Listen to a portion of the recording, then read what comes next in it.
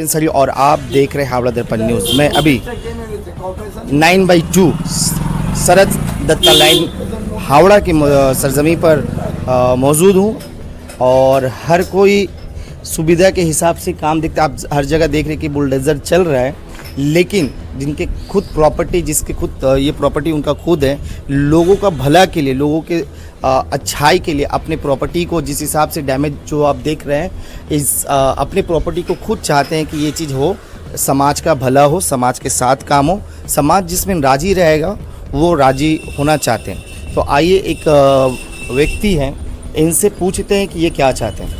हिंदी बांग्लाতেই বলতে পারেন। আচ্ছা, এটা যদি ভাঙলে তো খুব উপকার হয়, কারণ এখানে স্কুলের মেয়েরা যাচ্ছে, ট্রেনের যাত্রী যাচ্ছে, পাড়ার লোকেরা সব মাছ ধরতে যাচ্ছে, গাঁজা লোক যাচ্ছে। জায়গাটাও একটু খুব সরু, ন্যারো, সরারও রাস্তা নেই, যদি ভেঙে পড়ে সরতেও পারবে না। আচ্ছা, এই জন্য ইমিডিয়েট এটা ভেঙে দেওয়া উচিত। আপনার পুরো নাম? আমার নাম শিবানন্দ। এইদিকেই থাকেন? হ্যাঁ, আমার এইখানে পাশেই বাড়ি। শুনেছেন সবাই চাইছে কি এই জিনিসটা হোকুক, আর আমি আর আগেটা ভিডিওটার মাধ্যমে আপনাকে जानकारी দেব।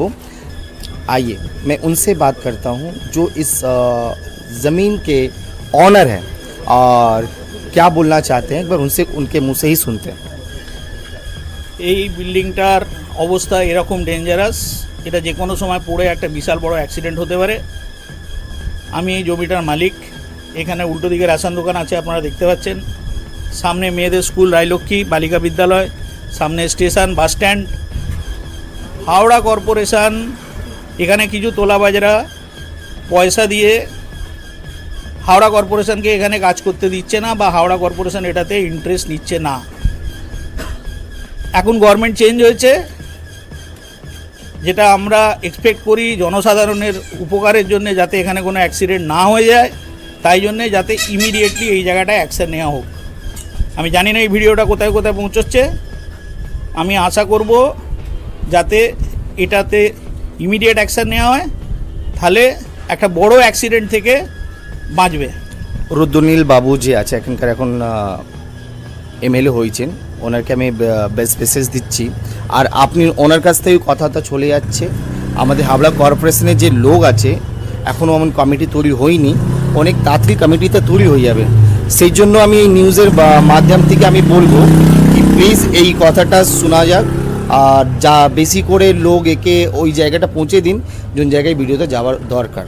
তো ইন্দ্রনীল বাবু, আমরা পলিটিক্যাল লোক নয়। রুদ্রনীল বাবুকে আমার অভিনন্দন। আমরা সিভিলিয়ান, আমাদের সাথে পলিটিক্সের কোনো লিঙ্ক নেই, কিন্তু মানুষের অ্যাক্সিডেন্ট হয়ে গেলে ওর গায়ে টিএমসি বা বিজেপি বা সিপিআইএম লেখা থাকে না। একদমই একদমই। এটা পড়ে যার অ্যাক্সিডেন্ট হবে, এখানে সিইএসসি কোনো অ্যাকশান নিচ্ছে না। সিইএসসি কালকে ইলেকট্রোফিউশন, এখানে এতটা অবধি রাস্তায় জল জমে যায়, এখানে নর্দমা সিস্টেমে প্রবলেম আছে। কালকে এই বর্ষাকালে যদি এখানে একটা মেজর অ্যাক্সিডেন্ট হয়, এর জন্য পুরোপুরি দায়ী হবে প্রশাসন। আপনি কোথায় কোথায় অফিসিয়ালি কাজ করেছেন, মানে লেটার কাকে কাকে দিয়েছেন এখন অবধি? আমরা কর্পোরেশনে গোটাকুড়ি চিঠি করেছি, আমরা ফায়ার ব্রিগেডে চিঠি করেছি, আমরা সিএসসিতে 10-15টা চিঠি করেছি। 3টে ওয়ার্ড থেকে কমপ্লেন গেছে, 22 নম্বর ওয়ার্ড, 8 নম্বর ওয়ার্ড, 9 নম্বর ওয়ার্ড। আমি যেটা জেনেছি, থানার তরফ থেকেও কোনো অ্যাকশান নেই। দেখুন, আজকে এর আগে যে সরকার ছিল ওর একটা অন্য মডেলে হয়তো চলতো। কোথা থেকে যখনই যেখানে একটা গভর্নমেন্ট বডিকে অ্যাক্ট করতে হবে, সেখানে আমরা গিয়ে যে স্পিডটা দরকার সেই স্পিডটা পাইনি। এখানে মানুষের সেফটির থেকেও বেশি ইম্পর্ট্যান্ট হচ্ছে তুষ্টিকরণ। হয়তো এটাই কারণ। আমি তো পলিটিক্স বুঝি না, আর পলিটিক্স জানিও না। তা এবার এটা ছাড়া রইল আপনাদের ওপর। দেখুন, যেটা আপনি ওই পেপারটা কি আমাদের নিউজের মাধ্যম থেকে দেখাতে পারবেন? আপনারা সব পেপার দেখুন, সব পেপারের কভার করুন। আমি এটাই চাই কি ওই পেপারটা আমরা দেখতেই চাই, দেখে আমরা নিজের একটা কপি রাখবো, যে আমাদের থেকে যখন প্রশাসন চাইবে তখন আমরা নিজের নিউজের মাধ্যম থেকে আমরা ও পেপারটা পৌঁছাওয়ার কাজ করব।